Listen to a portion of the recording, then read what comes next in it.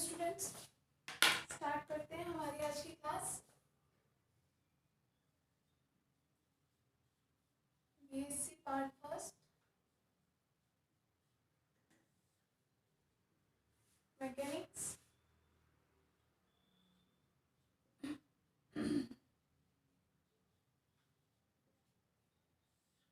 और unit second.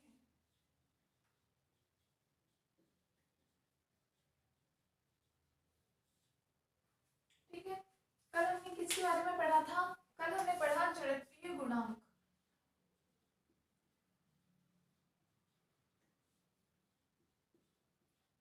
जड़त्वीय गुणांक, ठीक है, या इनर्शियल कोएफिशिएंट्स। समझ में आ गया होगा आप लोगों को? हमने क्या देखा था कि जड़त्वीय जड़त्वीय आघूर्ण होता है या मोमेंट ऑफ इनर्शिया आई, हमने देखी कि इसके हमारे पास कितने 9 गुणांक आए, 9 कंपोनेंट आए अलग अलग, एक्स अक्ष के सापेक्ष, वाई के सापेक्ष, जेड के सापेक्ष, एक्स वाई के सापेक्ष, एक्स जेड के सापेक्ष, वाई जेड के सापेक्ष, इस तरीके से अलग अलग। ठीक है ना? तो कुल हमने 9 गुणांक देखे, उन गुणांकों को ही हमने क्या कहा? जड़त्वीय गुणांक। ठीक है, जड़त्वीय गुणांक का हमने क्यों कहा था? क्योंकि हम जानते हैं रिलेशन J बराबर आई ओमेगा होता है। यहाँ पे J क्या होता है? J होता है कोणीय संवेग, ओमेगा क्या होता है? कोणीय वेग होता है। तो वेग और संवेग ये दोनों तो क्या एक तरीके से एक ही चीज है। ठीक है ना? एक ही चीज के अलग अलग प्रकार है, इन दोनों की डायरेक्शन तो सेम ही होगी, वही जो वेग की दिशा होगी वही संवेग की दिशा होगी। तो J तो प्रोपोर्शनल टू हो जाएगा ओमेगा के। इसका मतलब I यहाँ पे क्या हो जाएगा? I हो जाएगा आपका कांस्टेंट, कोई नियत मान के बराबर हो जाएगा, तभी तो हम लिख सकते हैं यहाँ से J बराबर आई ओमेगा। ठीक है ना? दूसरी बात, I का अगर हम फॉर्मूला भी देखते हैं तो I बराबर क्या होता है? mr स्क्वायर के बराबर होता है। अब द्रव्यमान तो यहाँ पे क्या होता है? नियत ही होता है। ठीक है, m का मान तो कांस्टेंट रहेगा ही, और r भी क्या होती है? r का मान भी चेंज नहीं होता, कांस्टेंट रहता है। कोई भी पिंड है, उसका जो भी घूर्णन अक्ष है, तो उसके घूर्णन अक्ष के सापेक्ष जो भी लंबवत दूरी, मान लो कोई कण m1 यहाँ स्थित है, कोई m2 कण यहाँ स्थित है, ये इनका घूर्णन अक्ष है।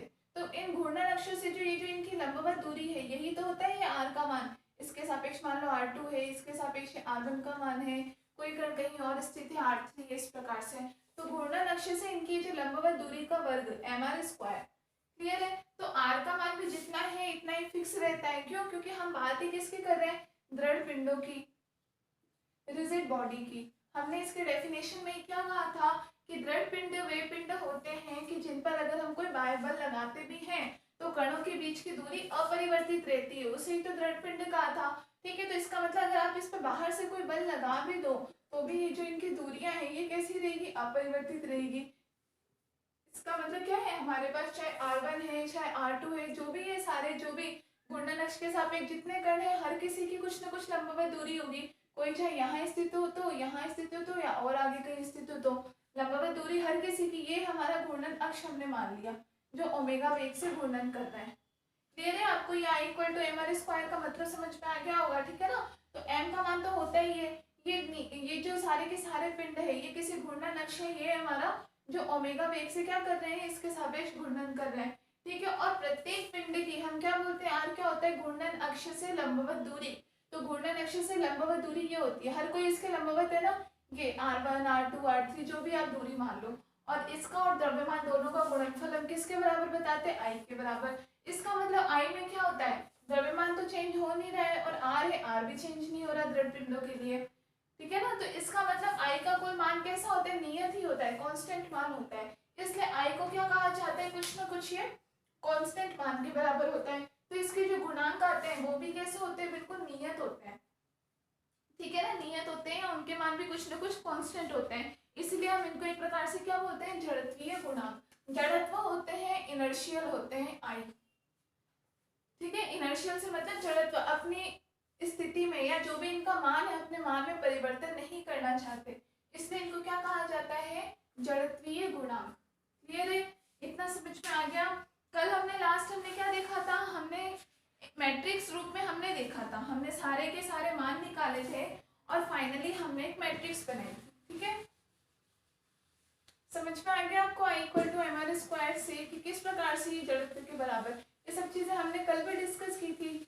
थोड़ा कल का ही मैंने बताया है, कल हमने क्या क्या डिस्कस किया था। ठीक है, लास्ट में हमने देखा था J बराबर आई ओमेगा के नाम से हमने एक क्या बनाई थी? सारणिक बनाई थी मैट्रिक्स Jx Jy Jz, जो हमारे पास 9 के 9 फॉर्मूले आए थे उनको हमने क्या कहा कि उन सारे घटकों को अगर हम मैट्रिक्स रूप में लिखें तो हम किस प्रकार से लिख सकते हैं, जैसे कि हमने लिख दिया Ixx Ixy और Ixz, ठीक है।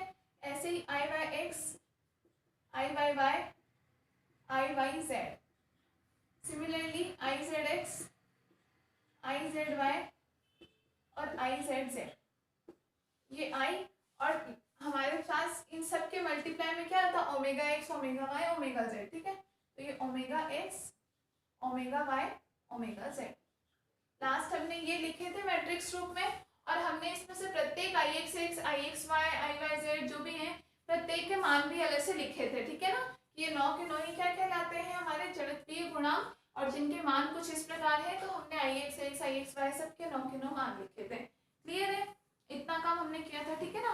तो हम इस चीज को शॉर्ट में कुछ इस प्रकार से भी लिख सकते हैं। अब जैसे ये मैट्रिक्स आपके पास किसकी मैट्रिक्स बन रही है, जे की मैट्रिक्स बन रही है। सिर्फ यहाँ देखेंगे एक बार, ये मैट्रिक्स हमारे पास किसकी, जे की मैट्रिक्स बन रही है, ठीक है। जे क्या है, कोणीय संवेग, इसको हम शॉर्ट में इस प्रकार से भी लिख सकते हैं, जे कैपिटल जे से हमने प्रदर्शित कर दिया। अब इस जे के अंदर इसके सारे घटक आ गए, मतलब एक्स वाई जेड के सापेक्ष इसके जो भी घटक होंगे उन सब घटकों का मान इसके अंदर आ जाएगा, ठीक है। इसी प्रकार से इसको हम लिख सकते हैं आई के समस्त घटक अपने अंदर रखेगा ये, और ओमेगा, ठीक है। ये मान मिल गया, तो इसका मतलब हमें यहीं से क्या मिल जाएगा, जे बराबर आई ओमेगा। अब क्लियर समझ में आ गया, जे बराबर आई ओमेगा। तो हमने जो कल पूरा का पूरा हमने जो भी डेरिवेशन की थी वहां हमने क्या किया था, हम मान को कुछ इस प्रकार से लिख रहे थे कि सब में हमारे पास आई के मान जो भी है वो आ जाए, इनटू में हमारे पास क्या आ जाए, आई का मान हमने जो भी ओमेगा का जो कांस्टेंट मान था उन सबको हमने आई के बराबर माना था, ठीक है ना। उन सब मानों में हमारे पास क्या आ रहा था, जैसे समेशन में एम आई आ रहा है are I square minus x i square जैसे आ रहा था, आई एक्स एक्स का मान इनटू में ओमेगा एक्स आ रहा था। तो हमने 3 मान आ रहे थे, हमने तीनों में omega x omega y omega z अलग रखने की कोशिश की थी, जब उसको कॉमन करके हम अलग बताएं। तो हम क्या बताना चाहते थे कि अभी इस ओमेगा एक्स का जो भी मल्टीपल है, इसके गुणांक में जितना भी मान है, ये पूरा का पूरा मान किसको प्रदर्शित करेगा, आई एक्स एक्स के मान को, ओमेगा एक्स के सापेक्ष आई के मान को प्रदर्शित करेगा। क्यों प्रदर्शित करेगा, इस फॉर्मूले से, यहाँ से हम जानते हैं जे बराबर आई ओमेगा। अगर आप जे का फॉर्मूला लिख रहे हो और आपके पास कुछ भी मल्टीप्लाई है उसके साथ में आपके पास ओमेगा का मान आ रहा है, तो जो ओमेगा का मल्टीपल है वो किसको प्रदर्शित करता है, इसका मतलब आई के मान को ही प्रदर्शित करता है।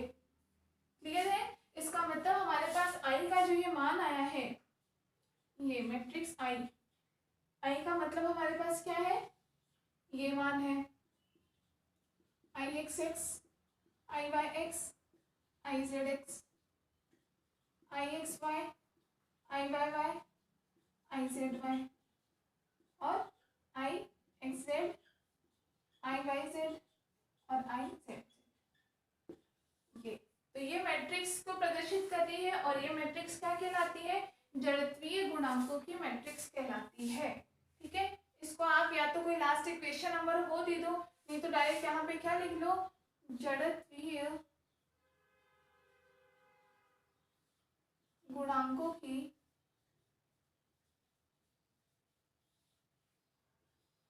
मैट्रिक्स।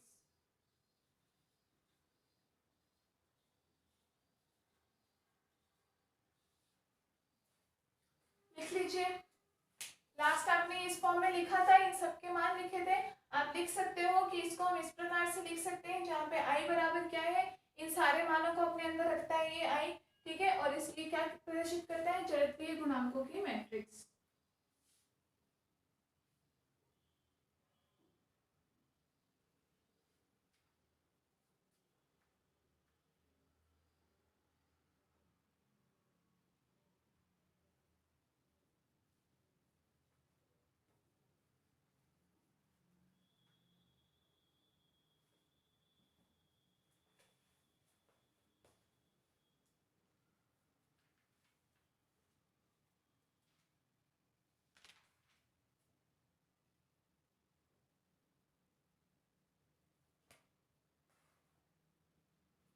कल हमने शायद समीकरण 4 नाम दिया था, ठीक है ना। तो इससे आप लिख लेना समीकरण 5, ठीक है, और इसे लिख लेना आप समीकरण 6। ये समीकरण 5 आपने कल ही लिखी हुई होगी, वापस मत लिखना, उसी को आप लिख लेना समीकरण 5। और लिख लेना समीकरण 5 को हम किस प्रकार लिख सकते हैं, ये J बराबर आई ओमेगा।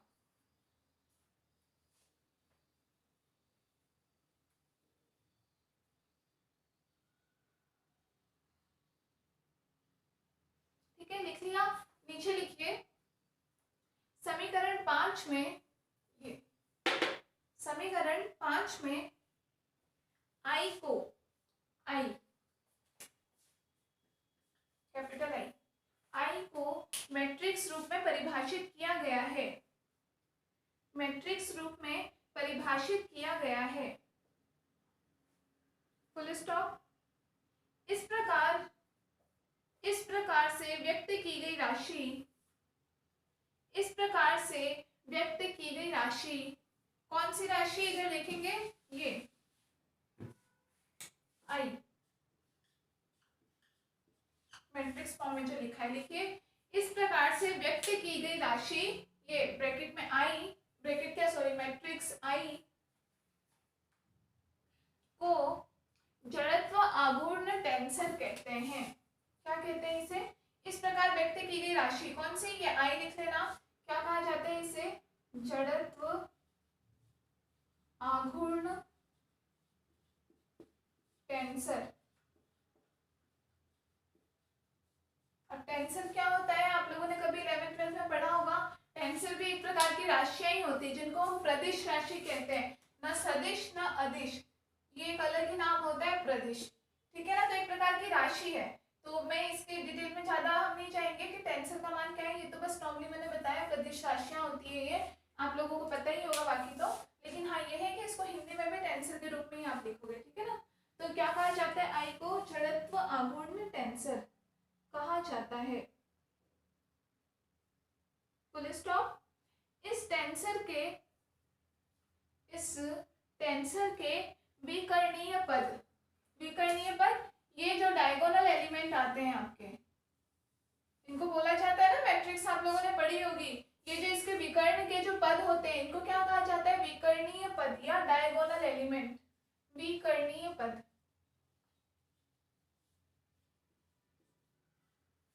ठीक है। तो लिखिए इस टेंसर के विकर्णीय पद कौन कौन से हैं, लिखेंगे I X X comma I Y Y comma I Z Z, ये तीनों विकर्णीय पद तीन मिल रहे हैं ना हमें। इस टेंसर के विकर्णीय पद I X X comma I Y Y comma I Z Z इत्यादि को अक्षीय जड़त्व आघूर्ण कहा जाता है। क्या कहेंगे, देखिए इधर अक्षीय जड़त्व आघूर्ण कहा जाता है, इन तीनों एलिमेंट को अक्षीय जड़त्व आघूर्ण कहा जाता है, इंग्लिश में हम कह सकते हैं एक्सियल मोमेंट ऑफ इनर्शिया, ठीक है। अक्षीय क्यों कहा जाता है, क्योंकि एक बार यहाँ ध्यान दो, ये क्या है I X X I Y Y या आई जेड जेड, क्या कर रहे हैं, तीनों एक एक अक्ष को ही रिप्रेजेंट कर रहे हैं ना, ये केवल एक्स अक्ष को, इसमें कोई मिलावट नहीं है एक्स के साथ वाई की या एक्स के साथ जेड की, ये बिल्कुल प्योर रूप से वाई को प्रदर्शित कर रहे हैं, ये बिल्कुल प्योर रूप से जेड को प्रदर्शित कर रहा है, ठीक है। इसलिए इन तीनों को क्या कहा जाता है, अक्षीय जड़त्व आघूर्ण।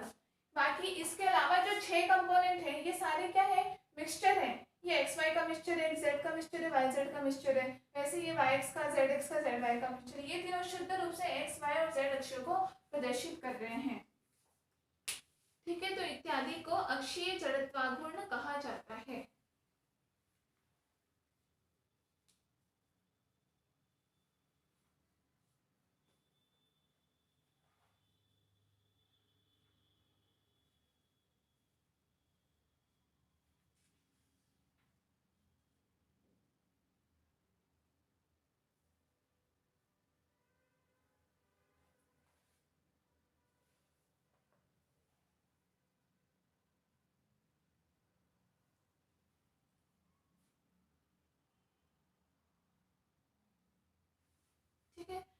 तीनों अक्षीय जड़त्व घूर्णनों की हम बात करें, देखिए इतना नोट कर लिया।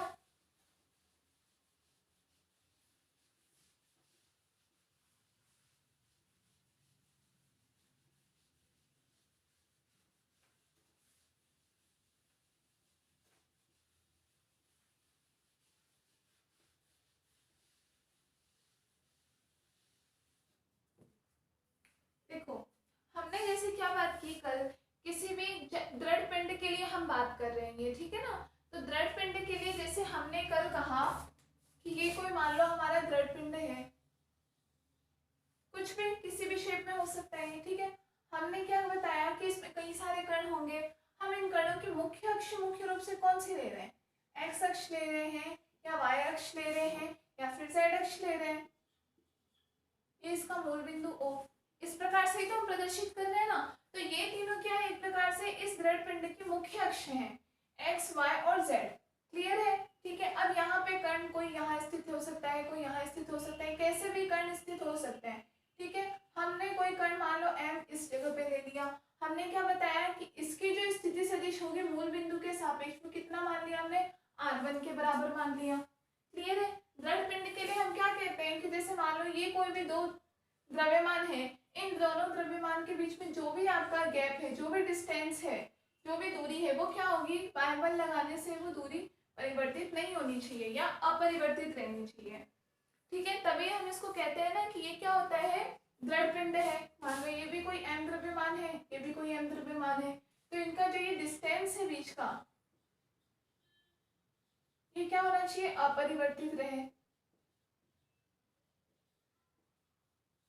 दूरी इनकी अपरिवर्तित रहे। तभी तो हम इसको क्या कह सकते हैं, दृढ़ पिंड। कि क्या प्रदर्शित कर रहा है, एक रिजिड बॉडी, रिजिड बॉडी या दृढ़ पिंड।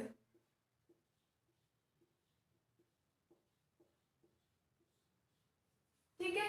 तो अब इनके मुख्य अक्षों के सापेक्ष हम बात करें, ठीक है ना। हमने जैसे अभी भी इससे पहले बोला IXX, IYY और IZ को हम क्या कह रहे हैं, अक्षीय जड़त्वाघूर्ण। क्यों, क्योंकि वो किसी मुख्य अक्ष के सापेक्ष जड़त्वाघूर्ण को प्रदर्शित कर रहे हैं, ठीक है। किस मुख्य अक्ष के सापेक्ष, जैसे हमने ये लिया हमारा कोई भी रिजिड बॉडी, तो इसके मुख्य अक्ष हम तीन बता रहे हैं, एक्स वाई और जेड तीनों बता रहे हैं, ठीक है। हमारे पास जैसे जो कुल मान आए आई के, वो आई के मान हमारे पास क्या है, एक बार फिर देखेंगे। आई के मान हमारे पास आए हैं IXX, IYX, IZX,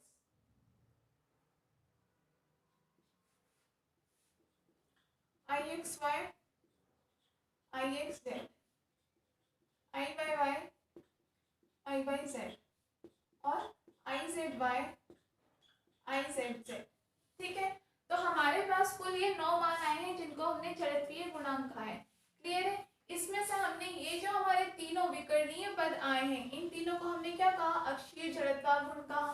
क्लियर है। इन तीनों के मान हमें क्या मिले थे, जैसे IXX का मान हमें क्या मिला था, समेशन mi i बराबर 1 से n के लिए, ठीक है ना।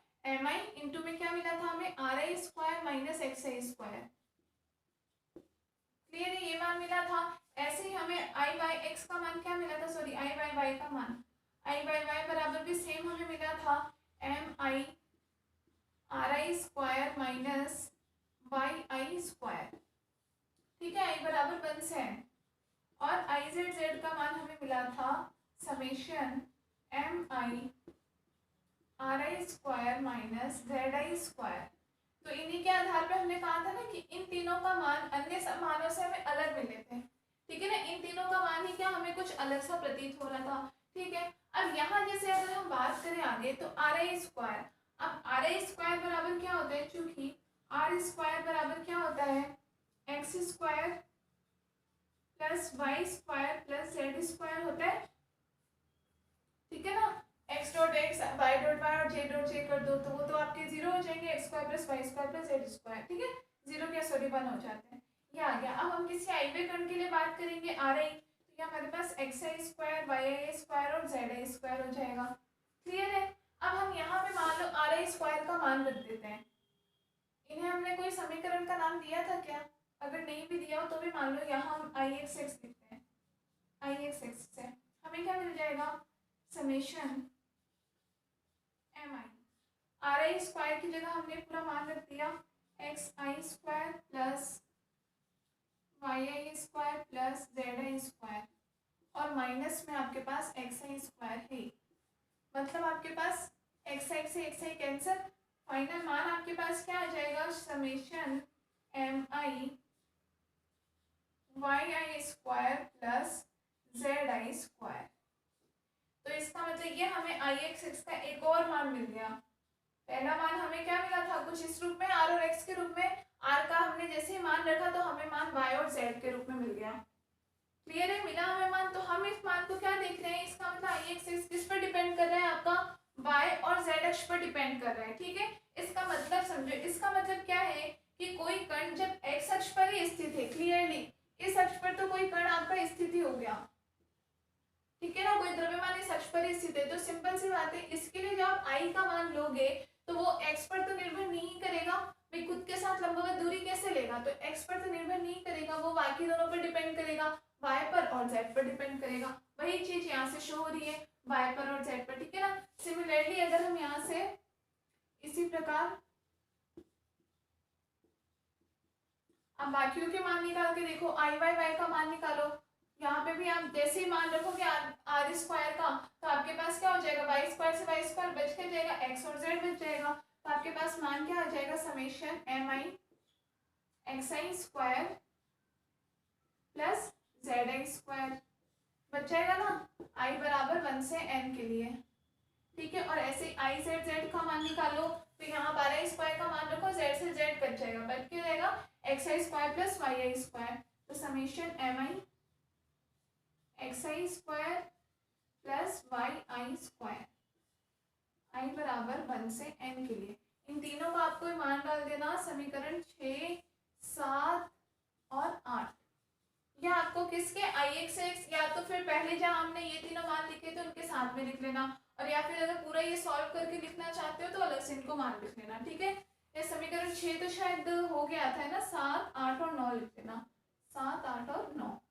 तो ये आपके पास तीनों मान किसके आ गए, इन मुख्य अक्ष जो हमने देखे थे, या इन अक्षीय जड़त्वीय गुणांक जिनको हमने कहा था आई X X, I Y Y और आई जेड जेड। अब आपको इसका मतलब समझ में आया या नहीं आया, इसका मतलब यही था कि पहले हमारे पास इन तीनों के मान हमने देखा, बाकी तीनों से कुछ अलग आए थे।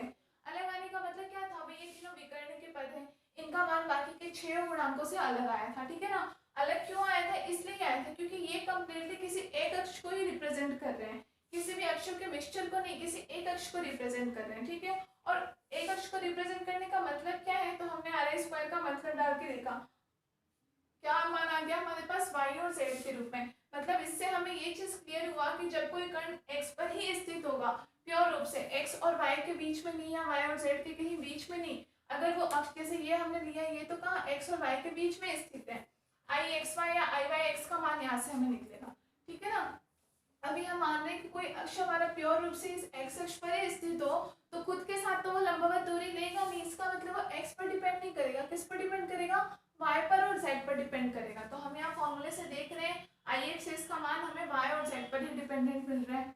ठीक है ना, इसी प्रकार से जब कोई पार्टिकल जो है बिल्कुल वाई अक्ष पर स्थित होगा, मान लो वाई पर स्थित है, तो वो किन दोनों पर डिपेंड करेगा, एक्स पर और जेड पर डिपेंड करेगा। क्लियर है, ऐसे ही जब कोई जेड अक्ष पर स्थित होगा तब वो किस पर, एक्स और वाई, बाकी दोनों। मतलब कि कोई कण जब खुद की अक्ष पर ही स्थित हो जाए, उस ब्लड पिंड में जब जो हमारे जो मेन एक्सिस है उस अक्ष पर ही स्थित हो जाए, तो खुद जिस अक्ष पर स्थित है उसको छोड़ करके बाकी दोनों अक्षों पर निर्भर करता है।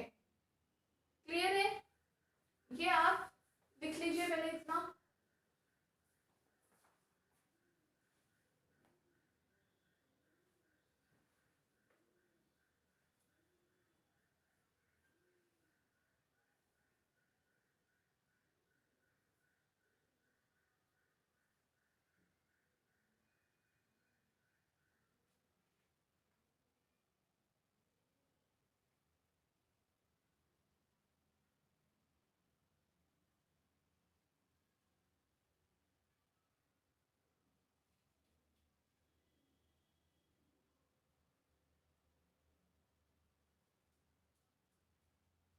क्लियर है, तो आपको यहाँ से क्या मुख्य अक्ष जो हमने तीनों बताए, एक्स एक्सिस, वाई वाई और जेड जेड जेड, इन तीनों के मान समझ में आ गए कि कोई पिंड जब स्वतंत्र रूप से कहाँ खुद किसी अक्ष पर स्थित हो जाता है तो उसके लिए जो जड़त्व आघूर्ण या जो जड़त्वीय गुणांक का मान किस पर निर्भर करता है, बाकी के जो दोनों अक्ष हैं उन दोनों पर निर्भर करता है। ठीक है, तो हमारे तीन तो इन तीनों का मान आ गया। उसके अलावा हमारे पास ये 6 बच गए, x y x z y Z और बाकी के ये तीनों। ठीक है, तो इन तीनों के लिए जब हम मान की बात करते हैं तब हम क्या देखते हैं,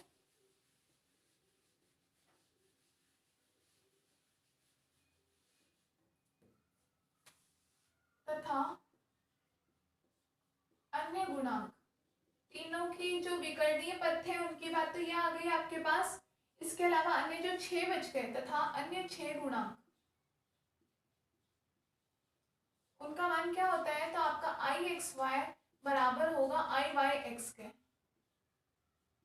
ठीक है, आई वाई जेड बराबर होगा आई जेड वाई के और आई जेड एक्स बराबर होगा आई एक्स जेड के। यही 6 मान आ रहे हैं हमारे पास। बाकी के इन 6 मानों का मान क्या होगा, बिल्कुल एक दूसरे के बराबर। अब कैसे बराबर होगा वो भी आप देखो कि जैसे हमने ये m द्रव्यमान का जो कण माना, ये हमने कहाँ मान रखा है, x और y के बीच में मान रखा है। क्लियर है। अब आप इसको दोनों तरीकों से बोल सकते हो, या तो आप ये बोल दो कि x y के बीच में स्थित है तो भी इसका मान बराबर होगा, या आप उसको बोलो कि y और x के बीच में स्थित है तभी भी तो मान बराबर ही है। ठीक है ना, तो इसके लिए जड़त्वीय गुणांक होगा वो क्या होगा, दोनों अक्षों के बीचों बीच स्थित है, इसलिए दोनों के लिए बिल्कुल बराबर मान आएगा। ठीक है ना, इसीलिए इन गुणांकों का मान क्या होता है, आपस में बिल्कुल बराबर होता है। ठीक है, पहली बात तो हुई ये। और दूसरी, अगर हम बात करते हैं कि जो मुख्य अक्ष की बात करें, मुख्य अक्ष मतलब जो हमारे जो विकर्णीय पद आएंगे, जो तीनों मुख्य अक्ष हमने जिनको कहे एक्स वाई और जेड, जब हम इन मुख्य अक्षों पर किसी कण की बात करते हैं तो उस कंडीशन में क्या होता है, मुख्य अक्ष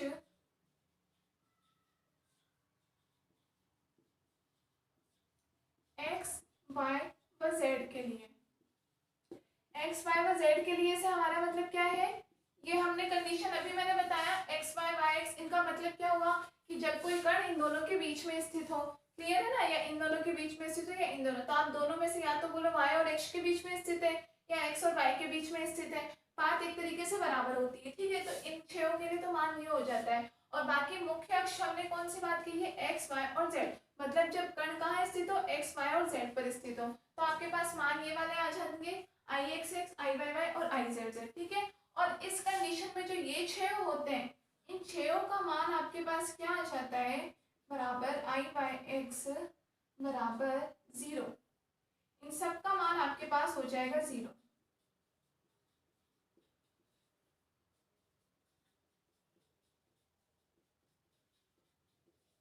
किसके लिए, मुख्य अक्षों के लिए। मुख्य अक्ष के लिए इनका मान आपके पास क्या हो जाता है, 0 हो जाता है। कैसे, क्योंकि अगर जैसे आप मुख्य अक्ष देखो किस प्रकार से हमने 0 कर दिया,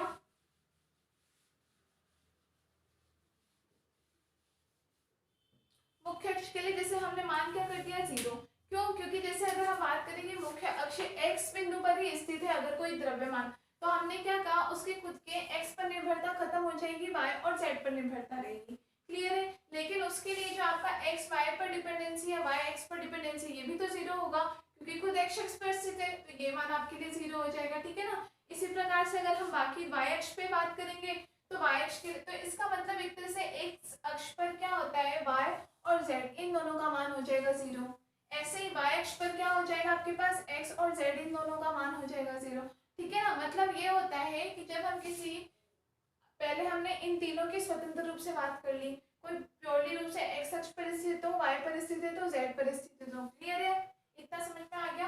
दूसरी हमने क्या देखी, बाकी के जो 6 गुणांक बच गए ये आपस में इस प्रकार से बराबर होते हैं। बराबर क्यों होते हैं वो हमने देख लिया। ठीक है, तीसरी मुख्य अक्ष के लिए जब हम बात करते हैं एक्स वाई जेड में, तो उन पर क्या होता है, I X X I Y Y I Z Z, इनके मान तो ये होते हैं। उसके अलावा जो ये 6 गुणांक होते हैं मुख्य अक्ष के लिए, इन 6 गुणांक का मान क्या हो जाता है, 0 हो जाता है। क्यों, क्योंकि आप लिख सकते हो एक्स अक्ष पर, जैसे एक्स अक्ष के लिए अगर आप बात करोगे तो वहां पे आपके लिए क्या हो जाएगा, जैसे y और z का मान 0 हो जाएगा एक्स अक्ष के लिए। ठीक है ना, ऐसे ही अगर y अक्ष पर कोई स्थित है तो उसके लिए क्या हो जाएगा, आपके पास x और z बराबर 0 हो जाएगा, और z अक्ष पर स्थित है तो उसके लिए क्या हो जाएगा, आपके पास x और y बराबर 0 हो जाएगा। मतलब एक्स वाई बाकी के दोनों अक्ष उस अक्ष के सापेक्ष शून्य हो जाते हैं। होते हैं या नहीं है? जैसे आप ग्राफ बनाते हो, आपने जैसे कोई एक्स अक्ष लिया, वाई अक्ष लिया, आप किसी पिंड की स्थिति ये बता रहे हो, मान लो ये 1 नंबर पे आप बता रहे हो, तो कोई कण के आप निर्देशांक क्या बोलते हो? 1 और 0 ही तो बोलोगे। 1 0 आपने क्यों बोला? क्योंकि बात एक्स अक्ष की हो रही है, एक्स अक्ष पर, तो एक्स अक्ष पर आप वाई को 0 ही तो बताते हो, ठीक है ना। या फिर अगर कोई कण यहाँ स्थित होता है तो आप क्या बोलते हो? 0 और 1। क्यों? क्योंकि x का मान 0 है, क्योंकि ये प्योरली रूप से y अक्ष की बात हो रही है। अब हाँ, जब कोई कण इन दोनों के बीच में यहाँ पर स्थित हो तो हम लेते हैं कि इसके सापेक्ष y का मान क्या है और x का मान क्या है, कि मान लो x 2 पर स्थित है और y के 3 पर स्थित है, वही मान लेते हैं। तो बस हम यही कहना चाह रहे हैं कि कोई कण जब स्वतंत्र रूप से x पर निर्भर होगा तो उसकी खुद पर निर्भरता 0 होगी। इस वजह से उसके लिए जो i का मान आएगा वो कैसा आएगा कि उसमें जैसे y के लिए मान आया है तो उसमें y खुद नहीं होगा, बाकी के दोनों होंगे x और z। क्यों? क्योंकि उसकी खुद पर निर्भरता खत्म होगी। तो लेकिन मान तो आएगा कुछ ना कुछ, ठीक है, ये बात हो गई, ठीक है ना। बस इन मानों से तो हमने क्या देखा कि जिस अक्ष की हम बात कर रहे हैं उसकी खुद पर निर्भरता खत्म होगी। जैसे हमने y के लिए बात की तो मान x और z पर डिपेंड कर रहा है, z के लिए बात की तो मान बाकी दोनों मतलब x और y पर निर्भर कर रहा है। क्लियर है ना? खुद पर निर्भरता खत्म होगी। क्यों? क्योंकि खुद से लंबवत दूरी वो कैसे लेगा, ये बात हो गई। दूसरी चीज हमने क्या देखी है कि जब अगर हम बात कर रहे हैं उस अक्ष के लिए, जैसे x अक्ष के लिए बात कर रहे हैं, तो x अक्ष पर आपके पास y और z इन दोनों का मान तो 0 हो जाएगा ना, इसीलिए इन दोनों से रिलेटेड गुणांक क्या होंगे? x अक्ष के लिए 0 हो जाएंगे, बाकी y अक्ष के लिए उनसे बाकी के दोनों 0 हो जाएंगे, z के लिए बाकी के दोनों, ठीक है ना। इस प्रकार से तो इसका मतलब मुख्य अक्ष के लिए आपके जो ये 6 गुणांक आते हैं इनका मान कैसा होता है? 0 हो जाता है। क्लियर है? इतना लिख लीजिए।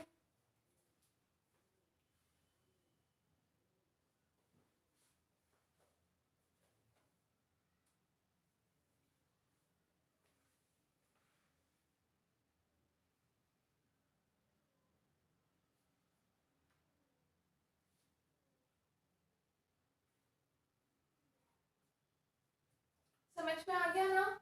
9 गुणांक थे, हमने बात की है शुद्ध रूप से। अगर हम मुख्य अक्ष x, y और z की बात करें तो हमें ix, iyy और izz के मान मिल गए, ठीक है। यहाँ से हमें क्या पता चला कि जब कोई कण जो होता है वो जब खुद किसी अक्ष पर स्थित है तो उस अक्ष पर ही उसकी निर्भरता खत्म हो जाती है, बाकी के दोनों पर डिपेंड करता है वो। क्लियर है? इतनी बात खत्म हुई। क्यों खत्म हो जाती है? क्योंकि खुद के साथ वो लंबवत दूरी कैसे लेगा वो, ठीक है ना। इसलिए i का मान तो क्या होता है? लंबवत दूरी पर डिपेंड करता है, अब खुद के साथ तो ले नहीं सकता वो, इसीलिए बाकी दोनों पर डिपेंड करते हैं मान। क्लियर है? उसके अलावा 9 में से 3 मान तो हो गई है, बाकी के बच गए 6। इन 6 का मान कुछ इस प्रकार बराबर होता है। कैसे बराबर होता है वो भी हमने बता दिया, कोई कण बीच में स्थित है तो, ठीक है ना। बात हम फिर से करते हैं, तो ये तो इन 9 का बंटवारा हो गया। क्लियर है? हम फिर से बात करें कि मुख्य अक्ष के लिए एक कंडीशन हमने और बताई है, क्या? कि मुख्य अक्ष पर ये जो 6 मान होते हैं इन तीनों का मान क्या हो जाता है? 0 0 0 हो जाता है। क्यों? क्योंकि जब कोई कण किसी अक्ष पर स्थित होगा तो वहां बाकी दोनों अक्षों का मान क्या हो जाएगा? 0 हो जाएगा, ठीक है ना। तो अब जैसे कि x पर स्थित होगा तो इन दोनों के मान 0, इन दोनों के मान 0, इनके मान 0, इस प्रकार से, ठीक है। इसका मतलब हम क्या कह सकते हैं?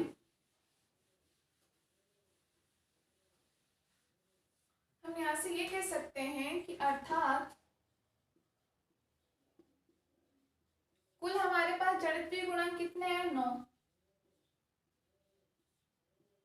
अर्थात कुल जड़त्वीय गुणांक बराबर 9। लेकिन मुख्य अक्ष पे अगर हम बात करें,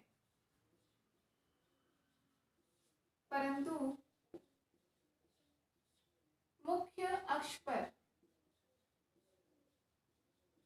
यही जड़त्वीय गुणांक कितने हो जाएंगे? केवल 3 रह जाएंगे, ठीक है ना। बाकी के 6 का मान तो 0 हो जाएगा मुख्य अक्ष के लिए। ध्यान रखना, ये कंडीशन मुख्य अक्ष के लिए हमने बात की। मुख्य अक्ष पे इन 6 का मान 0, तो आपके पास केवल 3 रह जाते हैं। कौन से? ixx, iyy और izz। क्लियर है? तो मुख्य अक्ष के लिए हमारे पास 9 में से केवल 3 मान ही वैलिड होते हैं मुख्य अक्ष के लिए, ठीक है।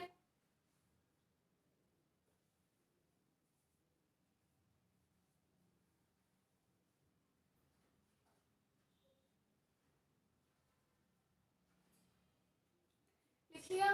तो आगे एक बार लिखो, इतना लिख लिया आपने, मुख्य अक्ष पर ये 3 मान है, ठीक है। इसके बाद लिखो यदि यदि पिंडबद्ध निर्देश तंत्र को इस प्रकार चुना जाए कि जड़त्व आघूर्ण मैट्रिक्स या जड़त्व आघूर्ण टेंसर, ये जो हमने आई की मैट्रिक्स को हमने कहा था ना जड़त्व आघूर्ण टेंसर, ठीक है ना। तो जड़त्व आघूर्ण मैट्रिक्स या जड़त्व आघूर्ण टेंसर के अविकर्ण पद शून्य हो जाए। अविकर्ण पद हमने बताया ना, ये तीनों मान जो थे ये कौन से हैं, विकर्णीय पद थे, जो कि मैट्रिक्स के क्या आ रहे थे, बीचों बीच में आ रहे थे। और ये छयों के छयों क्या थे, बाकी जगह आ रहे थे, 3 इधर और 3 इधर, यही थे। तो इन छयों को हम क्या बोलते हैं, अविकर्णीय पद। ये बीच वाले जो विकर्ण पे विकर्णीय पद, इनके अलावा जो भी पद रह जाते हैं वो क्या होते हैं, अविकर्णीय पद, ठीक है। तो हम क्या बात कर रहे हैं कि इनके अविकर्णीय पद शून्य हो जाए, मतलब इन छयों का मान क्या हो जाए, शून्य हो जाए। अर्थात यह निर्देश तंत्र ऐसा हो कि इसके अक्षों के सापेक्ष जड़त्व के गुणनफल शून्य हो जाए। तो इस प्रकार के निर्देश तंत्र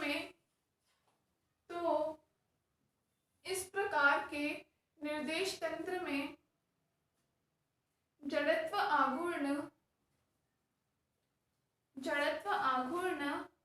मैट्रिक्स निम्न रूप ग्रहण कर लेती है। कौन सा रूप देखेंगे कि हमने जो बोला आई, इसी को हमने बताया था जड़त्व आघूर्ण मैट्रिक्स, ये अब क्या रूप ग्रहण कर लेगी, कुछ ये IXX, I/Y और IZZ, इसके अलावा 0 0 0 0 0 0, ठीक है। मुख्य अक्ष के लिए जो हमने बात की, ये तीनों 0 केवल कौन से बच जाएंगे, 3 मान रह जाएंगे ये। तो जो मुख्य जड़त्व आघूर्ण मैट्रिक्स क्या रूप ग्रहण कर लेगी, ये रूप ग्रहण कर लेती है, नोट कर लीजिए।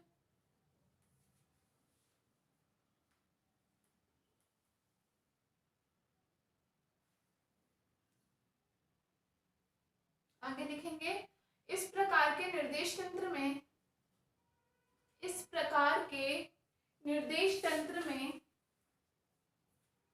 केवल अक्षीय जड़त्वीय गुणांकों का ही अस्तित्व रहता है। इन तीनों को हमने क्या कहा था, अक्षीय जड़त्व गुणांक कहलाते हैं। तो हम लिखेंगे कि इस प्रकार के निर्देश तंत्र में केवल अक्षीय जड़त्वीय गुणांकों का ही अस्तित्व रहता है।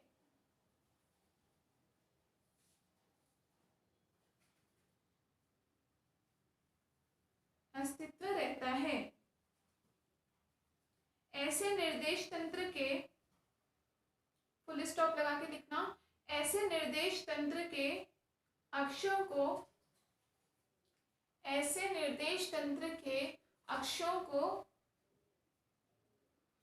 मुख्य अक्ष कहा जाता है। मुख्य अक्ष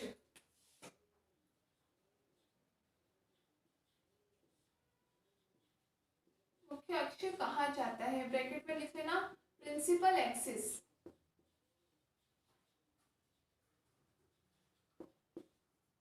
मुख्य अक्ष या प्रिंसिपल एक्सिस कहा जाता है।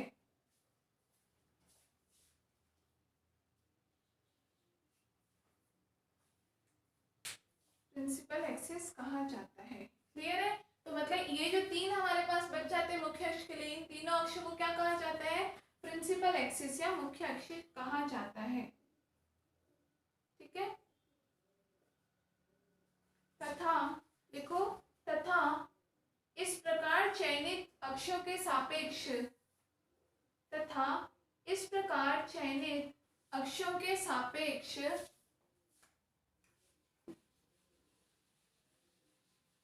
अक्षों के सापेक्ष, मतलब देखेंगे एक प्रकार से हमें क्या मिल गया, ये आई एक्स का मान तो हमारे पास केवल क्या रह गया, आई एक्स एक्स, आई वाई का मान क्या रह गया है यहाँ पे, आई वाई वाई, और आई जेड बराबर आई जेड जेड। तो इस प्रकार चयनित अक्षों के सापेक्ष लिखेंगे आई एक्स बराबर आई एक्स एक्स, आई वाई बराबर आई वाई वाई और आई जेड बराबर आई जेड जेड को मुख्य जड़त्वीय आघूर्ण कहा जाता है। मुख्य जड़त्वीय आघूर्ण कहा जाता है इन तीनों को।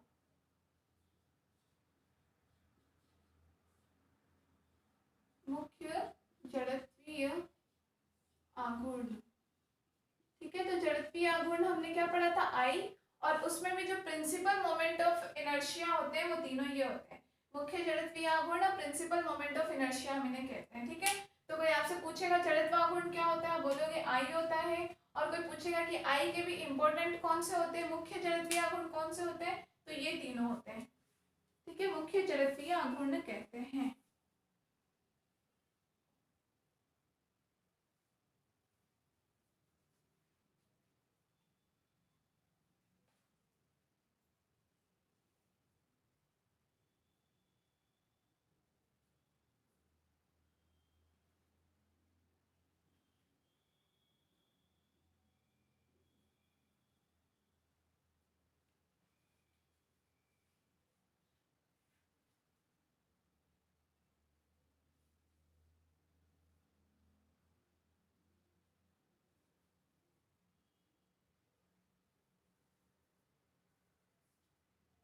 ठीक है, लिख लिया।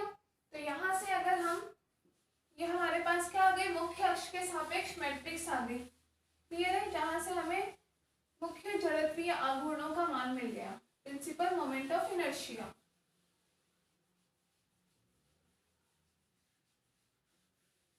अब अगर हम इस आई के इस मैट्रिक्स को यूज में लेकर के जे का पूरा फॉर्मूला लिखें, पहले हमने जे का फॉर्मूला लिखा था ना, जे बराबर आई ओमेगा, तो हमने जे के मानों को, आई के मानों को और ओमेगा को मैट्रिक्स रूप में लिखा था। अब मुख्य अक्ष के लिए मैट्रिक्स हमारी इस रूप में आ गई।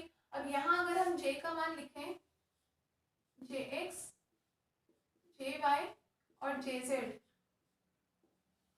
ठीक है, बराबर में आई, और ओमेगा का मान भी तीनों के सापेक्ष, ओमेगा एक्स, ओमेगा वाई और ओमेगा जेड।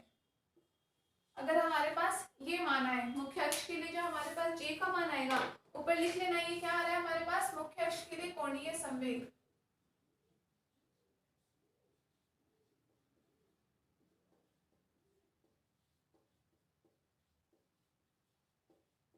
कोणीय संवेग,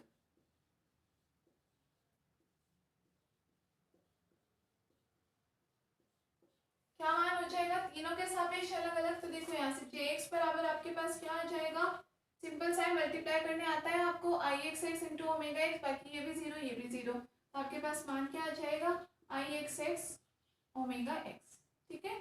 इसी प्रकार से जे वाई बराबर आपके पास आ जाएगा I Y Y omega Y, multiply करके देख लो, ओनली आई वाई वाई का मल्टीप्लाई होगा, बाकी तीनों जीरो।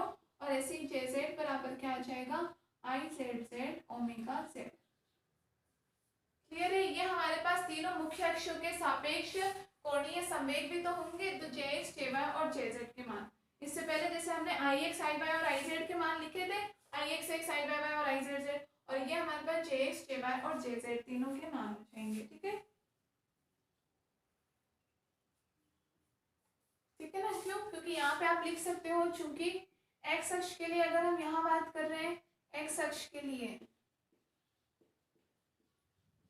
एक्स अक्ष के लिए आपके पास ओमेगा वाई और ओमेगा जेड का मान शून्य होगा, ओमेगा वाई बराबर ओमेगा जेड बराबर जीरो, जो कि हम यहाँ से भी देख सकते हैं, मान जीरो है मल्टीप्लाई करने पर। ऐसे ही वाई अक्ष के लिए हम बात करेंगे तो यहाँ हमारा ओमेगा एक्स बराबर ओमेगा जेड बराबर जीरो आएगा, और यहाँ हमारा ओमेगा एक्स बराबर ओमेगा वाई बराबर जीरो आएगा, क्लियर है। तो ये हमें तीनों मान किसके लिए मिल जाएंगे, जड़त्वीय सॉरी कोणीय संवेग के मान।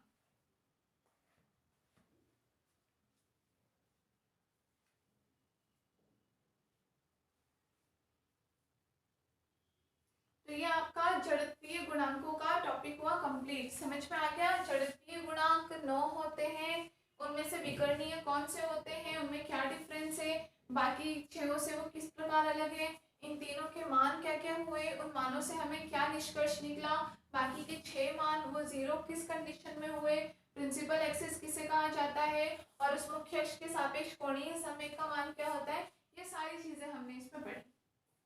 समझ में आ गया सब कुछ? चलिए अब इस पे बेस्ड एक क्वेश्चन करके देखते हैं कि आप लोगों को कितना आया।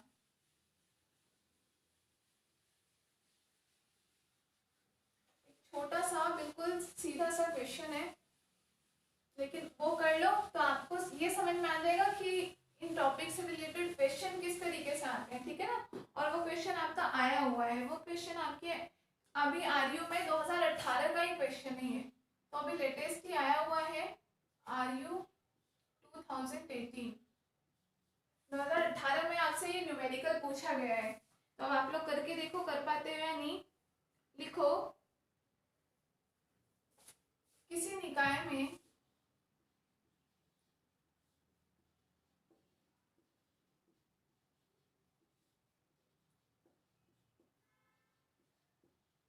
तीन समान द्रव्यमान,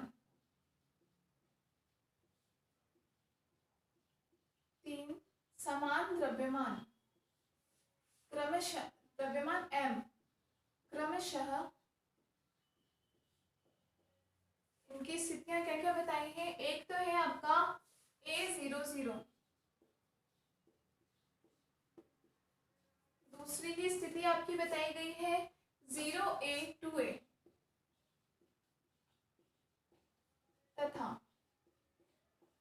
तीसरे की स्थिति आपकी बताई गई है 0 2A और A, 0 2A पर स्थित है।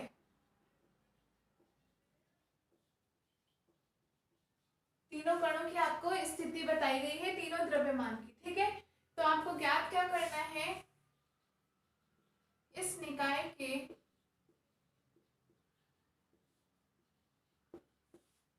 सभी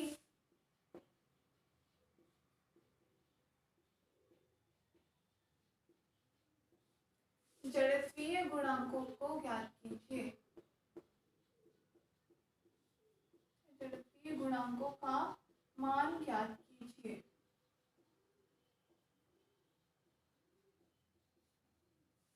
ये आपका क्वेश्चन आया हुआ है आरयू 2018 में। तो अब आप लोग ट्राई करो, आपको बस सिंपल क्या दे रखा है, तीन द्रव्यमान दे रखे हैं किसी निकाय के, उन तीनों की आपको अलग अलग स्थिति दे रखी है, ठीक है। और आपको सारे के सारे जड़त्वीय गुणांकों के मान निकालने हैं, मतलब अभी जो हमने 9 के 9 पढ़े इन सब के मान निकालने हैं, ठीक है। तो अब आप लोग ये खुद सॉल्व करके देखो कि आप लोग कर पाते हो या नहीं। बहुत इजी सा क्वेश्चन है।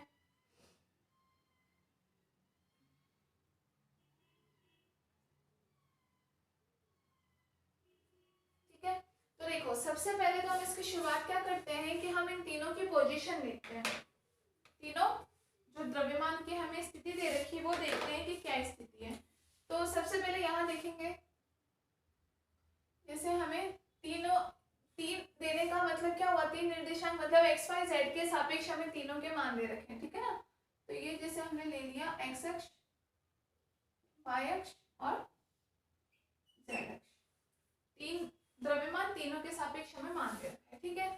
सबसे पहला मान हमें क्या दे रखा है, क्या हम इधर ले लेते हैं हमारा एक्स अक्ष, वाई अक्ष और जेड अक्ष, इस प्रकार से हमने कुछ ले लिया, ठीक है। हम सबसे पहले यहाँ क्या देखते हैं, पहला कण की स्थिति देखें तो A 0 0 पर स्थित है, मतलब x का मान A पर स्थित है, y 0 और z 0 पर, मतलब क्लियर सी बात है कि ये पूरे कंप्लीटली किस पे, सिर्फ x अक्ष पे स्थित है। तो अभी हमने यही बात कही थी ना कि x अक्ष पे कोई कण होगा तो उस पर y और z का मान 0 होगा। अब समझ में आ रहा है कैसे, ये मतलब था कहने का कि जैसे यहाँ कोई कण हमें क्लियरली क्या दे रखा है, x अक्ष पर स्थित है, तो x अक्ष पर तो उसकी स्थिति दे रखी है कि कोई A स्थिति पर है, जबकि y और z निर्देशांकों के मान 0 दे रखे हैं। क्यों, क्योंकि x अक्ष पे y और z का मान तो 0 ही तो होता है, ठीक है ना। ये हमारा मूल बिंदु, तो हमने इसकी स्थिति ले ली, मान लिया हमने A स्थिति यहाँ है, तो ये हमारा कण हो गया कोई m द्रव्यमान, A 0 0 स्थिति वाला, ठीक है। एक द्रव्यमान यहाँ स्थित हो गया। दूसरा हमें दे रखा है 0A और 2A पर, मतलब x का मान तो 0 है, तो ये y और z इन दोनों के बीच में स्थित है, क्योंकि y का मान भी दे रखा है और z का मान भी दे रखा है, ठीक है ना। अभी इन दोनों में से कोई एक भी जीरो कर देता तो क्लियरली या तो ये y पर स्थित होता या z पर स्थित होता, लेकिन आपको x जीरो कर दिया, मतलब x पे तो इसका कोई लेना देना नहीं है, y z दोनों के मान दे रखे, मतलब कम्प्लीटली y पे भी स्थित नहीं है, कम्प्लीटली z पे भी नहीं, दोनों के बीच में कहीं स्थित है। कहाँ है देखो, y का मान हमें दे रखा है a और z का मान 2 है, तो y पे हमने ये मान लिया यहाँ कोई a मान होगा, यहाँ कोई 2a मान होगा, z पे मान लिया यहाँ कोई a मान होगा, यहाँ कोई 2a मान होगा, तो y के a और z के 2a पर, मतलब कि स्थिति हो गई है y का a और z का 2a, यहाँ पर हमारा दूसरा द्रव्यमान स्थित है 0a 2a वाला, क्लियर है। और तीसरे की स्थिति 0 2a और a पे दे रखी है हमें, ठीक है ना। हाँ, तो 0 मतलब x तो 0, y का मान 2a और z का मान क्या दे रखा है a। इस स्थिति पर हमारा तीसरा द्रव्यमान स्थित है, कौन सा, 0 2a और a वाला, क्लियर है। तीनों कणों की आपको स्थितियां समझ में आ गई, अब बस इन तीनों कणों के लिए आप मान करो। तो ठीक है, सॉल्यूशन में हम देखते हैं जड़त्वीय गुणांक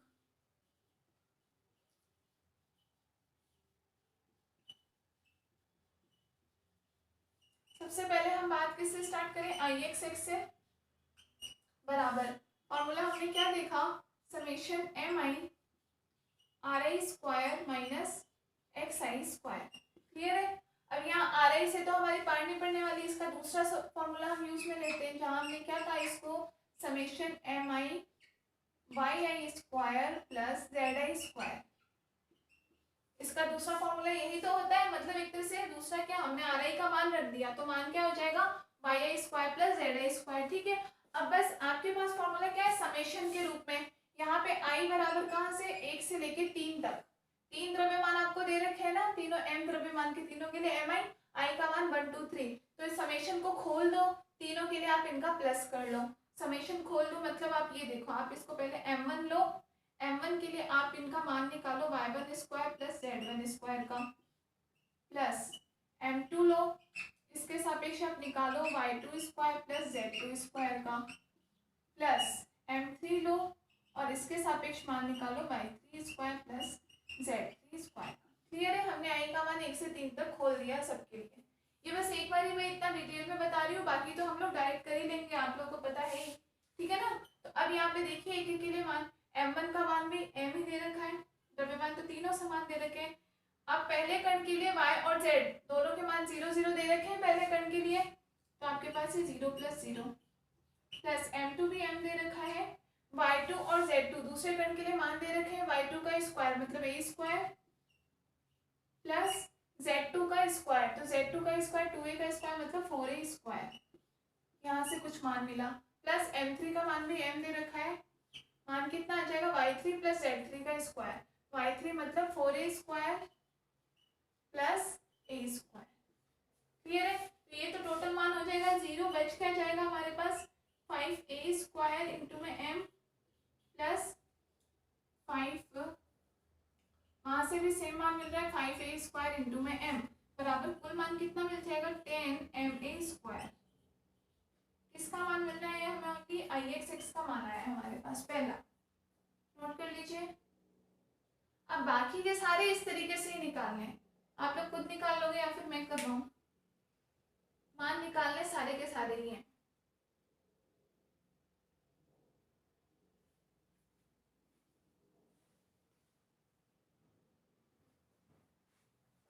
ठीक है, तो i बाय y और i z z के मान आप लोग खुद निकाल लेना, बिल्कुल Ix की तरह ही, ठीक है। तो जहां से मैं आपको उनका आंसर बता देती हूँ तो आप लोग मैच कर लेना, i बाय y का मान आपके पास कितना आएगा 6ma स्क्वायर, निकाल के देखना, डायरेक्ट ऐसे ही मत लिख देना, यहाँ से 6ma स्क्वायर, सेम इस तरीके से करोगे, i बाय y लोगे तो यहाँ आपके पास मान क्या आ जाएगा, माइनस में y कट जाएगा और मान क्या आ जाएगा xi square plus zi square, तो तीनों के लिए आप खोलोगे, तीनों के लिए मान किसका x और z तीनों का टोटल ले लेना, 6ma स्क्वायर आ जाएगा, क्लियर है। और इसी तरीके से आप i z z का मान भी निकाल लोगे, वो भी आपके पास 6ma स्क्वायर ही आएगा, i z z बराबर भी 6ma स्क्वायर ही आएगा, ठीक है ना।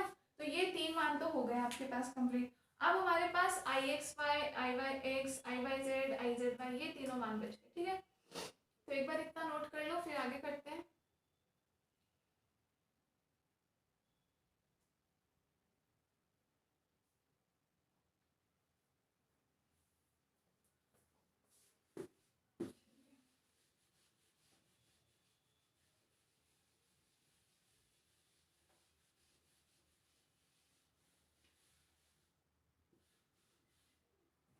ठीक है, अब यहाँ पे नेक्स्ट देखो, तीन तो ये हो गए, उसके अलावा कौन सा मान होता है, जैसे हमारे पास आई एक्स वाई होता है और बराबर ही किसके होता है, आई वाई एक्स के बराबर होता है। इन दोनों का मान क्या था, minus summation M i x I Y आई, यही था हमारे पास formula, summation M i x I Y आई के बराबर। ठीक है, आई का मान वही 1 से लेके 3 तक है, तीनों के लिए खोल दो, इनका मल्टीप्लाई ले लो, देखो क्या मान आ जाएगा, माइनस, पहला सबसे पहले हम पहले के लिए देखते हैं, पहले के लिए m का मान तो m ही है, x1 का मान कितना है a और y1 का मान कितना है 0, माइनस m2 के लिए, अब खोल के मैंने एक लिखा नहीं है, m1 x1 y1 लिखूं प्लस m2 x2 y2 लिखूं, समझ जाओगे ना आप। ठीक है, m2 के लिए ले लो आप, तो m ही है द्रव्यमान, तो x2 का मान कितना है आपके पास a और y2 का मान कितना है 2a, माइनस m3 के लिए मान लो तो द्रव्यमान m ही है, x का मान कितना है 2a, सॉरी x का तो 0 है, x का तो इसमें भी 0 है, सॉरी गलती हो गई, यहाँ पे x का मान, हाँ x मैंने y और z ले लिया, x का मान तो क्या है यहाँ पर 0 और y का मान आपके पास क्या है a। ठीक है, इसी प्रकार से आप थर्ड पार्टिकल के लिए ले लो, तो m का मान तो m ही है, x का मान उसमें भी कितना है 0 और y का मान कितना है 2 है, तो मतलब कुल मान आपके पास क्या आ गया यहाँ से 0। किन दोनों का, आई एक्स वाई और आई वाई एक्स, दोनों का मान 0 हो गया। ठीक है, इस तरीके से ही आप बाकी के ले लो। अगला हम कौन सा ले लें, आई एक्स जेड ले लेते हैं, और ये बराबर किसके हो जाएगा, आई जेड एक्स के। तो एक साथ हमें दो मान मिल गए, 3 पहले निकाल लिए, 2 ये 5 तो हो गए। अब ये इन दोनों का एक साथ निकल जाएगा, minus summation M i x i m I Z i x i, i equals to 1 2 3। Clear है, अब यहाँ पे मान देखते हैं हम, माइनस द्रव्यमान तो m ही है, z का मान फर्स्ट कण के लिए 0, x का मान a, माइनस दूसरे के लिए द्रव्यमान सेम होगा, z का मान 2a और x का मान 0, माइनस तीसरे कण के लिए हम लेंगे द्रव्यमान m, z का मान a और x का मान 0, मतलब यहाँ से भी इन दोनों का कुल मान भी हमारे पास कितना आ गया 0।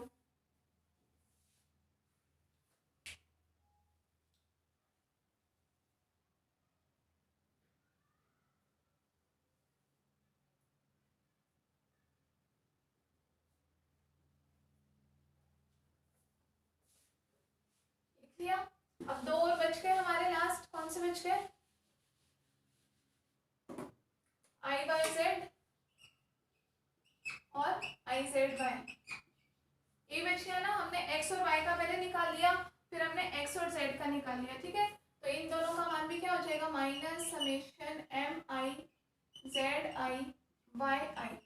ठीक है, फटाफट हम कर लेते हैं, माइनस द्रव्यमान तो m है ही, पहले के लिए z का 0 y भी 0, माइनस दूसरे के लिए m, z का मान 2a और y का मान a, माइनस तीसरे के लिए द्रव्यमान m, z का मान a और y का मान 2a। तो यहाँ हमें क्या मिल जाएगा, ये तो हो जाएगा 0, माइनस यहाँ क्या मिल जाएगा 2a स्क्वायर इंटू में m माइनस का, और इसके लिए माइनस 2a स्क्वायर इंटू में m, मतलब कुल मान दोनों का minus minus plus, minus 4ma square, ये मान हमें मिला है माइनस का 4ma स्क्वायर। तो यहाँ से अब हमें सारे के सारे मान निकल गए, तो हम यहाँ से i का मैट्रिक्स हम क्या बना सकते हैं, देखो सबसे पहले हमने किसका आई एक्स एक्स का मान निकाला था, किसके बराबर आया था वो हमारे पास 10ma स्क्वायर के बराबर। ठीक है, उसके अलावा हमने एक्स वाई निकाला 0 आया, और वाई एक्स निकाला वो मान भी 0 आया। क्लियर है, दूसरा हमने आई वाई वाई का मान निकाला, वो कितना आया था हमारे पास 6ma स्क्वायर। ठीक है, तो ये आपका 6ma स्क्वायर हो गया। इसके अलावा हमने निकाला था एक्स जेड का मान और जेड एक्स दोनों ही जीरो, ये भी जीरो आया था, ये भी जीरो आया था, ठीक है। आई वाई जेड का मान या जेड वाई ये दोनों मान हमारे पास आए। आई वाई जेड का मान कितना है -4ma², और आई वाई जेड भी इसके बराबर ही है तो ये भी -4ma², ठीक है। और लास्ट जेड एक्स का मान भी हमारे पास जीरो। तो ये आपकी फाइनल आंसर। इस तरीके से आपको क्वेश्चन सॉल्व करने हैं और पूरी मैट्रिक्स बनानी है आपको फाइनल, ठीक है। सॉरी, ये तो आपके पास आई जेड जेड का मान तो बताया था ना, हाँ 6ma², ठीक है। ये मान आपके पास फाइनल आ गया मैट्रिक्स का।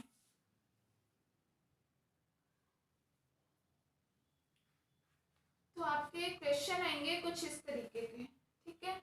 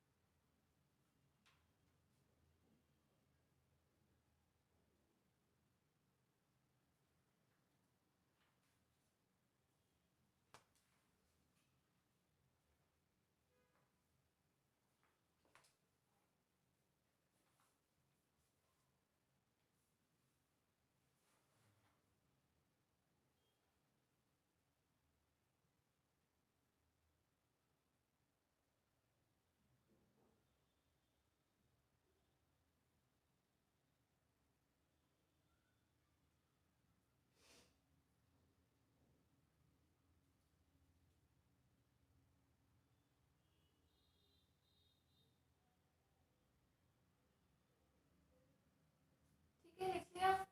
तो ये आपको क्वेश्चन करने का तरीका समझ में आ गया। 2018 में आया हुआ है आपका, इसका मतलब आप समझ जाओ कि आपके न्यूमेरिकल्स आते हैं इस पे, ठीक है ना। तो आपको ये 9 के 9 अच्छा इंपॉर्टेंट टॉपिक था जो हमारा 2 दिन में जाकर के कंप्लीट हुआ है, जड़त्वीय गुणांकों का। 9 हमने गुणांक लिए, किसी हमने, अब आप लोगों को आई थिंक दृढ़ पिंड भी अच्छे से समझ में आ गया होगा। दृढ़ पिंड में सबसे इंपॉर्टेंट टॉपिक मैंने पहले भी कहा था कौन सा है आपका, जड़त्वीय गुणांक का। मेनली हम उसके बारे में ही पढ़ रहे हैं, आप देख लो। तो जड़त्वीय गुणांक आपको समझ में आ गया कि ये कोई हमारा है, तो मान लो यहाँ अलग अलग कोई द्रव्यमान m1 है, यहाँ कोई m2 स्थित है, कोई m3 स्थित है।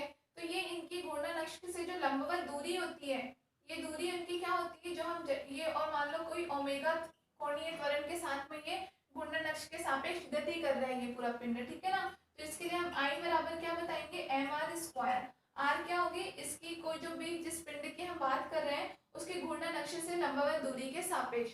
अब ये m1 द्रव्यमान के लिए दूरी m1 हो जाएगी, m2 के लिए दूरी r2 हो जाएगी, ठीक है, या m3 के लिए दूरी r3 हो जाएगी। इस प्रकार से सब कणों के लिए। तो जड़त्वाघूर्ण का आपको मतलब समझ में आ गया। और जड़त्वाघूर्ण क्या, कि रेखीय गति में जो काम द्रव्यमान का होता है, कोणीय गति में वही काम जड़त्वाघूर्ण का होता है। क्लियर है ना। जैसे हमने कल देखा था, जैसे P बराबर mv होता है रेखीय गति के लिए, वैसे कोणीय गति के लिए J बराबर क्या होता है, I ओमेगा होता है, ठीक है। ये रेखीय वेग होता है, ये कोणीय वेग होता है, ये रेखीय संवेग होता है, ये कोणीय संवेग होता है। अब यहाँ ये केवल द्रव्यमान है और ये जड़त्वाघूर्ण। क्यों, तो हमने बताया कि जड़त्वाघूर्ण एक्चुअली में इस द्रव्यमान की ही माप होता है। क्लियर है। कल भी हमने बात की थी कि किसी वस्तु का द्रव्यमान जितना ज्यादा होगा उसका जड़त्वाघूर्ण उतना ज्यादा होगा। क्यों, क्योंकि कोई वस्तु जितनी भारी होती है उसको उसके स्थिति में परिवर्तन करना उतना ही ज्यादा मुश्किल होता है, ठीक है ना। तो वो अपने जड़त्व का उतना ही अधिक सुगमता से पालन कर पाती है। क्यों, तो द्रव्यमान की माप ही होता है जड़त्व। इसीलिए जो काम रेखीय गति में द्रव्यमान का होता है वही काम जड़त्वीय कोणीय गति में किसका होता है, जड़त्वीय आघूर्ण का मान होता है। क्लियर है। और इस आघूर्ण का मान हमने बताया, उसके बाद हमने इसके जड़त्वीय गुणांक हमने देखे कि 9 प्रकार के जड़त्वीय गुणांक होते हैं। होते हैं जिन्हें हमने क्या एक मैट्रिक्स रूप में बनाया, और उस मैट्रिक्स को हमने क्या कहा, जिसको हम जड़त्वीय गुणांक टेंसर भी कह सकते हैं। तो कई बार आपके 1 नंबर के क्वेश्चन में ये छोटी छोटी चीजें भी पूछ ली जाती है, जड़त्वीय गुणांक टेंसर किसे कहते हैं या मुख्य अक्ष किसे कहते हैं, ठीक है ना। तो मुख्य अक्ष भी हमने देख लिया, IX IY और IZZ, ये जो विकर्णीय एलिमेंट होते हैं यही हमारे क्या कहलाते हैं, इसके मुख्य अक्ष, या मुख्य रूप से हम किसी पिंड में इन्हीं तीनों अक्षों की बात करते हैं, XYZ। अब जरूरी नहीं है, हमने कार्तीय निर्देशांक में दी है तो हमने इसमें XYZ की बात की है, हो सकता है हम किसी और निर्देशांक में ले तो ये मुख्य अक्ष कोई और भी हो सकते हैं। तो कभी ये मत बोलना कि मुख्य अक्ष का मतलब XYZ अक्ष, ऐसा नहीं होता। मुख्य अक्ष का मतलब जो भी आप पिंड ले रहे हो उस पिंड का मेन रूप से जो अक्ष है जिनके सापेक्ष आप पिंडों की गति पर चर्चा कर रहे हो वो अक्ष कौन से हैं, ठीक है ना। तो कार्तीय निर्देशांक में हम ले रहे हैं सारे मान, तो इसलिए हमारे पास XYZ अक्ष है।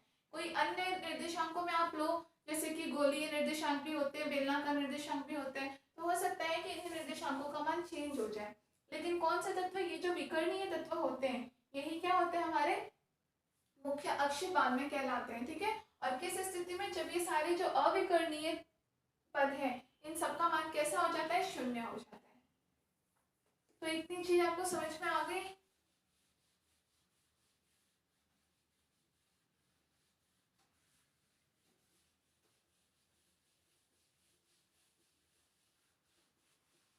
और इसके लिए IY और IZZ का मान, 2 मान एटलीस्ट खुद निकालना तो करने आ जाएगा, ठीक है।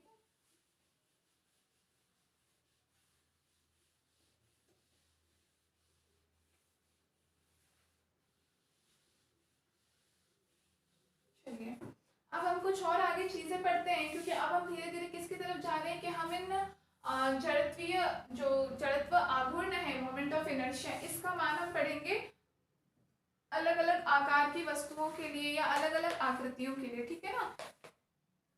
तो हेडिंग डालिए घूर्णन त्रिज्या, घूर्णन त्रिज्या।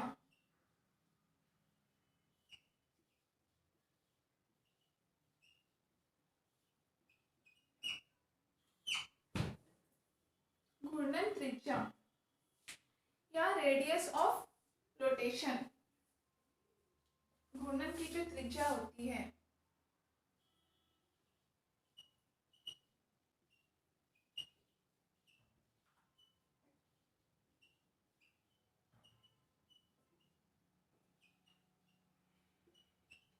Radius of rotation.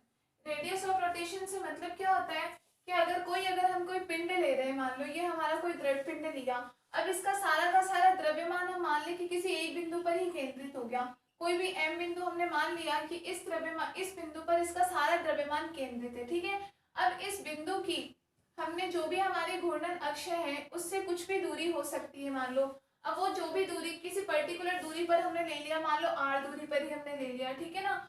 तो हम ये बात करेंगे कि जब इस m द्रव्यमान का इस घूर्णन अक्ष के सापेक्ष जो जड़त्वाघूर्ण का मान है, यदि वही मान इस पिंड का भी हो जाए, इस पूरे पिंड के जड़त्वाघूर्ण का मान भी वही हो जाए, तो ये दूरी क्या कहलाती है, घूर्णन त्रिज्या कहलाती है, ठीक है। कि अगर हम ये कहें कि ये जो हमने समस्त द्रव्यमान जिस बिंदु पर केंद्रित माना है किसी m द्रव्यमान के बिंदु पर, अगर हम ये बोले कि इस बिंदु का इस घूर्णन अक्ष के सापेक्ष जो जड़त्वाघूर्ण का मान है, यदि वही मान इस पूरे पिंड का भी हो जाए, तो यही दूरी क्या कहलाएगी, घूर्णन त्रिज्या कहलाती है। इसकी डेफिनेशन लिखो।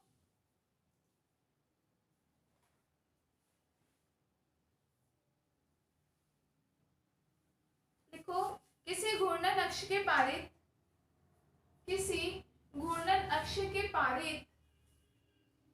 पिंड की घूर्णन त्रिज्या, किसी घूर्णन अक्ष के पारित किसी पिंड की घूर्णन त्रिज्या घूर्णन अक्ष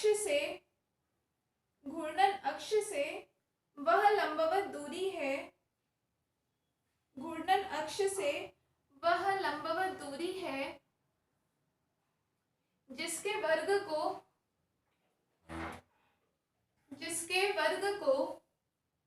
पिंड के द्रव्यमान से गुणा करने पर, जिसके वर्ग को पिंड के द्रव्यमान से गुणा करने पर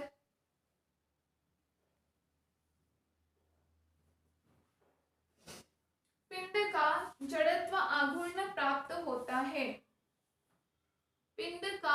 जड़त्व आघूर्ण प्राप्त होता है।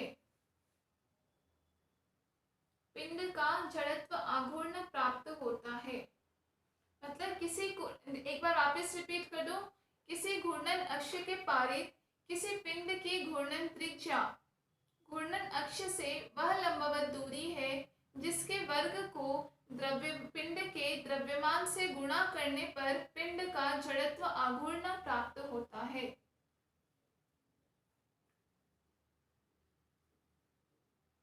जड़त्व आघूर्ण प्राप्त होता है, ठीक है। मतलब एक तरीके से मैथमेटिकल डेफिनेशन हमने इसकी लिखी है। हम क्या कह सकते हैं, आई बराबर हम ले कैपिटल एम के स्क्वायर के बराबर है, ठीक है। कैपिटल एम क्या है, कोई अगर निकाय है तो इसके संपूर्ण द्रव्यमान की बात कर रहे हैं। अगर अलग अलग एम कणों से मिलकर के बना हुआ है तो इसका संपूर्ण द्रव्यमान है, ठीक है। तो इसको हम किस रूप में लिख सकते हैं, बराबर में हो जाएगा समेशन, या यही मान बराबर में ये भी हो जाएगा समेशन, अगर हम अलग अलग पिंडों के लिए ले लें m I R I square के बराबर। क्लियर है, इसका मान किसके, summation M I R I square के बराबर, कोई आई बराबर 1 से लेके n तक हम ले रहे हैं, ठीक है ना। तो इस पिंड के जितने भी कणों के बराबर m यहाँ क्या हो जाएगा, यहाँ, या फिर इससे पहले लिखो तो यहाँ से हमें के स्क्वायर का मान किसके बराबर मिल जाएगा, summation M I R I square upon capital M I equals to 1 to n। m हम यहाँ से यहाँ लेकर के आए, हमने क्या किया, i का मान बताया, टोटल मान m के स्क्वायर के बराबर बताया, ठीक है। या इसको हम i कणों के लिए लें तो इस प्रकार से ले सकते हैं, हम k मान रख रहे हैं, m को हमने नीचे भेज दिया। यहाँ आप लिख सकते हो, यहाँ m क्या है, निकाय का संपूर्ण द्रव्यमान,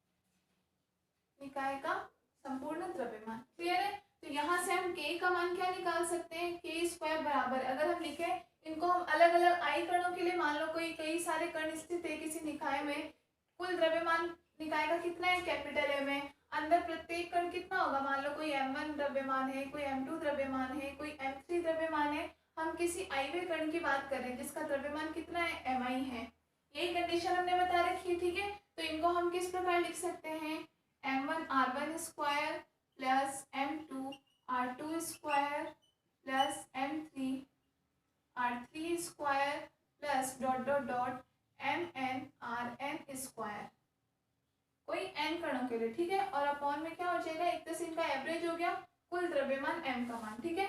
और यहाँ से k बराबर आपके पास क्या आ जाएगा, under root m1 r1 square plus m2 r2 square plus dot dot dot mn rn square upon capital M, ठीक है। तो ये हमारे पास k का मान क्या आ गया है, या ये हमारी घूर्णन त्रिज्या,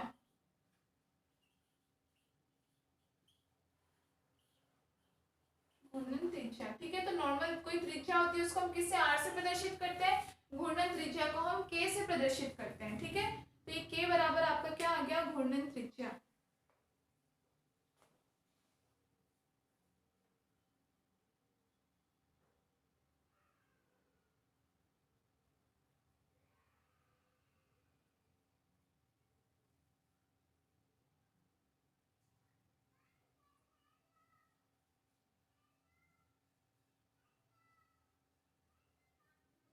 ठीक है, तो घूर्णन त्रिज्या हमने डेफिनेशन यही दी थी कि वो दूरी होती है किसी पिंड की, अगर हम इसका ये घूर्णन अक्ष ले लेते हैं, ये हमने ओमेगा वेग से कोई घूर्णन कर रहा है तो इस घूर्णन अक्ष के सापेक्ष, ठीक है।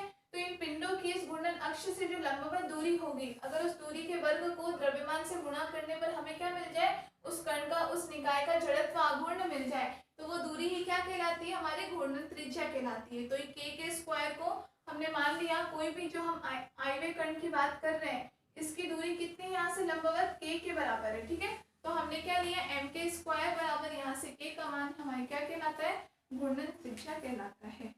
ये अभी इसलिए लिखवाया है क्योंकि ये यूज में आएगी घूर्णन त्रिज्या, ठीक है ना। तो आप लोग इसका मान ध्यान रखना, ठीक है। तो और हम देखेंगे उसके बाद में हम इन पिंडों की घूर्णन गतिज ऊर्जा के बारे में भी पढ़ेंगे, लेकिन वो हम डिस्कस करेंगे फिर नेक्स्ट क्लास में। अभी के लिए इतना ही, इसे पढ़ लीजिए, वो न्यूमेरिकल कंप्लीट कर लेना, और कुछ भी डेरिवेशंस वगैरह में कोई प्रॉब्लम आए तो आप कमेंट सेक्शन में मैसेज कर देना। Thank you.